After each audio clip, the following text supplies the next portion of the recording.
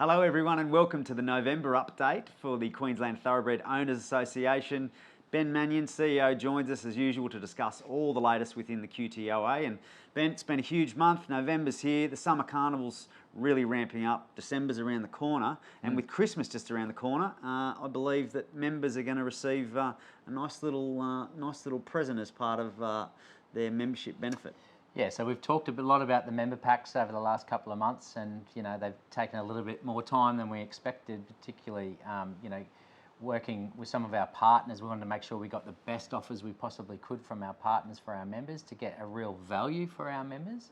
And I'm glad to say they've arrived. So bit of a drum roll. Yeah, a bit of a drum roll. So we've got our member packs here with our stubby coolers and our hats and our Qtoa pins, but our new cards are here. So our new Queensland Owner Maroon cards, I want to see as many as we can at race clubs coming out across the summer period and beyond, but they're all here, and we'll be in contact with members over the next couple of weeks to talk to them about whether they'd like them posted out or they can collect them from the shop at the Gold Coast Turf Club, which is really exciting. So a lot of interest. I've had a number of people already ask me to post them out to them, so we'll be looking to get them out over the next couple of weeks prior to Christmas, and a nice little Christmas present if you are reading this or seeing this and you haven't got your members signed up yet, or people within your horse signed up yet. Make sure you get them to sign up and we get as many owners cards out there. And a big thank you as well to the race clubs. So the race clubs, particularly the TAB race clubs, have come on board and been able to offer our members some great benefits in being able to get into race clubs, and all of those details are on our website. And that's the whole, for those that don't know, that's the purpose of the maroon card, as far as obviously distinguishes yourself as an owner, and you receive when you display that at certain race clubs, you get reciprocal benefits. Yeah, so one of the things the race clubs talk to us about is it's hard to differentiate between members. Members have a members card, and owners sometimes we don't know who they are until they get their enclosure card sometimes, or their enclosure passes. So we want everyone across racetracks to promote the fact that they are an owner, and we want to celebrate that as well. So these owners cards really help with a lot of that, and as I said, we want to get as many as we can across the state. Everyone that is an owner, doesn't matter if you own 1% of 1% or you own 100 horses. It's the same. It's the same membership fee, and we want everyone to promote the fact they are an owner and get more people involved. So that's a really exciting opportunity for us. Yep, no, well done. It's a great initiative. So keep an eye out for those in the coming weeks, I guess. Yeah, and speaking of members, some new members entered the fray. Yeah, so we continue to get new members all the time. Some are subscribing, and some are, paying the $99. So it's great that they're coming on board. We've been working with a couple of larger syndicates as well, particularly the Racing League and others, to be able to make sure that we can represent the whole industry. And I think from my perspective, we want to be as inclusive as possible. And there are a number of people out there that want to get into horse racing and ownership particularly, and we want to be able to hold their hand through that process where we can. So we want to talk to as many people as we can about horse racing if they're not involved already. And this is a great opportunity to sign up as a member. So keep coming forward and signing up, and hopefully we can see all those maroon cards as I talked about. And part of the member benefits also, there's benefits from commercial partners.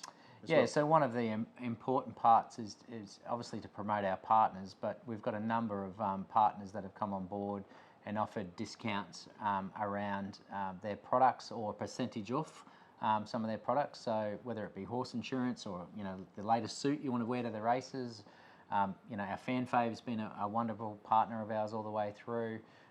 Limousine drivers, to get to the races and back home, there's some discounts in that sort of space, as well as McKinney's Jewelers and a number of our long-term partners. So, really looking forward to getting out there and making sure our partners are looked after in this process, and we thank them as well.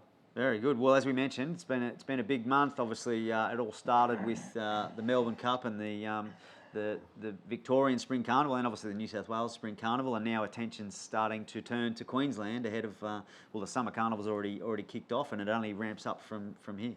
Seems so long ago, the Melbourne Cup. Probably it was. But I was fortunate enough to be down there, and while I can point out a number of horses that have done well, a big congratulations to Noel and Maria Greenhold that owned. I had a share in Gold Trip. I was fortunate enough to be with them on Cup Day, and it was fantastic to see them get the win, as well as many other Queensland runners that have been running really well. Rothfire over the weekend. In the Winterbottom over in Ascot, there's too many to mention, but well, I'm sure that you flew the flag high for Queensland during the period, and if you're an owner in any of those horses that ran down south, particularly, or are getting ready for the summer carnival, congratulations and good luck. Yeah, Alligator Blood. We mentioned him with his efforts last month as well, and then obviously that culminated it again. Yeah, I got a reminder that I forgot it last month, and we won't forget it this time. So well done to Alligator Blood and to all horses. I saw Bull flew late in the sprint down. Yeah, it was a huge run. So I think there's big plans. Tony Gollan's got big plans for Buller as well. So and all the other horses that he's put forward down to Melbourne over the last couple of weeks. So as you said, the attention now turns to Queensland, which is fantastic, and we're really looking forward to seeing what the summer months can bring. And speaking of the Qtoa Christmas Gathering, your second version of this, I guess, since inception, and that's this Saturday at the Gold Coast Turf Club. Yeah, great partners of ours, the Gold Coast Turf Club, and we want to thank them very much for their support. And we're getting a little get together on Saturday of a number of our members and our board and a couple of partners as well. So very casual afternoon, but a bit of fun. Got a new hospitality area that they're trialling for the Magic Million. So which is the Furlong Furlong Pavilion, which really looking forward to getting in there, and hopefully it's a nice day and we can find some winners. And a couple of limited tickets still available for any of the QTOA members that did want to jump on board. Yeah, if people want to come and meet us and come and have a chat during the day, then there's a few tickets left. So just jump online to our website or the Gold Coast Turf Club website. The link will be in the newsletter. Make sure you get those tickets before the weekend. And if you've got any questions, please contact us. And it's not just for members. So if you've got family or friends that want to come along on the day, then they're more than welcome as well. So it should be good. Very good. Yeah, should be a good day and a wrap up to the year. Another important day this week, December 1, the introduction of some new legislation. We have spoken about this previously, but for those that don't know, I guess just talk us through what December 1 means. Well, I think from the owner's perspective, there are some good outcomes from a prize money perspective, let's just park the fact that the POC's going up, and there are some challenges around that with some of the WSPs and punters as a whole.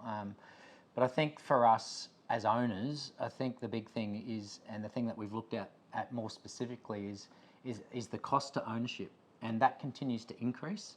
The price of horses continue to yearlings or wheelings continue to go up, as well as prize money, as well as training fees as well, and not by a huge. I'm not having a crack at the trainers; they've got to live as well. For us, I think from an owner's perspective, it's becoming harder from a return on investment perspective. So, we welcome whatever the announcement looks like, and we have been, heavily involved in some of those discussions. As early as last week, we met with the Racing Queensland CEO Brendan Parnell and Adam Wellish, who heads up their operations, and spoke to them about, I guess, our expectations around where we want to see prize money and a return on investment for owners, both this year and going into future years as well. So interesting times, and as I said, December 1 is around the corner, and hopefully there'll be some positive announcements for owners. Yeah, hopefully those outcomes for owners are good as part of that whole big piece of work around the point of consumption tax. And there's also has been a letter that has gone to Racing Queensland, which people can read in the chairman's report this month in the newsletter, which goes through that in more detail. But just quickly talk us through that. Yeah, obviously there was the consultation process where we were able to put people forward for different consultation through our expectations of where we'd like to see prize money moving forward, particularly around things like QTOA, as well as South East Queensland versus regional and provincial So we've written to Racing Queensland to I guess write a bit of policy for us to be fair on where we'd like to see prize money get to into the future. If it can get to there now, then great. There's obviously, I think Racing Queensland have put their hand up and sort of said, you know, if there was a massive pot of money, you know, we'd be able to increase it to the levels that we want. But I think we want this prize money spread across the state and making sure there's opportunities for all owners to benefit out of this, and that's the most important thing. I just didn't want it to go to group races or metro races or one particular area. I'm not singling out anything like that. That we need to compete with New South Wales and Victoria and the rest of the country around some of those areas as well, particularly around those metro races. So it's just about finding a level playing field as much as we can, making sure everyone can benefit where they can, and if that is the case, then everyone can load up and buy more horses at Magic Millions coming around the corner. So copy of the letters in the newsletter, and people can have a look at, you know, our expectation from an owners association, and you know, over time we look forward to working with Racing Queensland and finding solutions to get to those marks. Yep, well, watch this space, I guess, for pending announcements along that. And talking of prize money, we're into Summer Carnival. It's really starting to ramp up with all roads leading, headed towards Magic Millions. Just talk us through what is coming up this month. Well, this month starts off the Country Cups final.